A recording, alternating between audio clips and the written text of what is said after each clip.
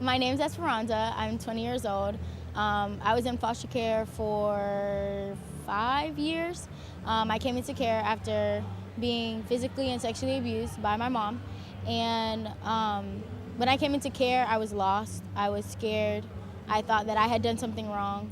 And I started to put myself into a category of just being alone. I was meant to be alone. I came across Embrace Families and Foundation for Foster Children, and they became my forever family until I was able to use my resources that I was offered and to become an independent and successful adult. So I attend Valencia College right now. I'm studying criminal justice and a minor in psychology and communications, and yeah. So, SP, one of the things that you have done that's been really extraordinary is you've turned your experience into a positive, and you're really committed to working on behalf of other kids in the foster care system now. Why don't you tell us a little bit about what you're doing with that? So right now, I advocate statewide to help create laws to change the foster system. No system is perfect. If it was, we'd be all perfect. So it's very dear and close to my heart because I never had somebody speak for me. I never had somebody to be my voice. And for me to be the voice for the voiceless gives me every bit of joy in the world. And advocating and speaking and letting people know and educating people and giving them the knowledge of what foster care is life-changing, because I can speak to a room of 500 people and it touch one person and I'm okay with that, because that one person can touch 20 people and it can just keep going on and on and on and on.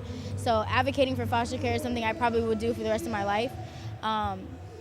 Being able to get up on stand and testify on a law that touches me because I personally had to deal with it is different than having someone who had nothing to do with foster care and is just making a law because it sounds good. So it's really important to me. Like, you can definitely mentor, be an ear for that kid, because a lot of us, we don't have someone we can trust. We don't want to talk to our caseworker. We don't want to talk to our therapist because those are our people at the end of the day getting paid to listen to us. I, on the other hand, was very fortunate to have a lot of caseworkers that adored me, and I built a relationship with them.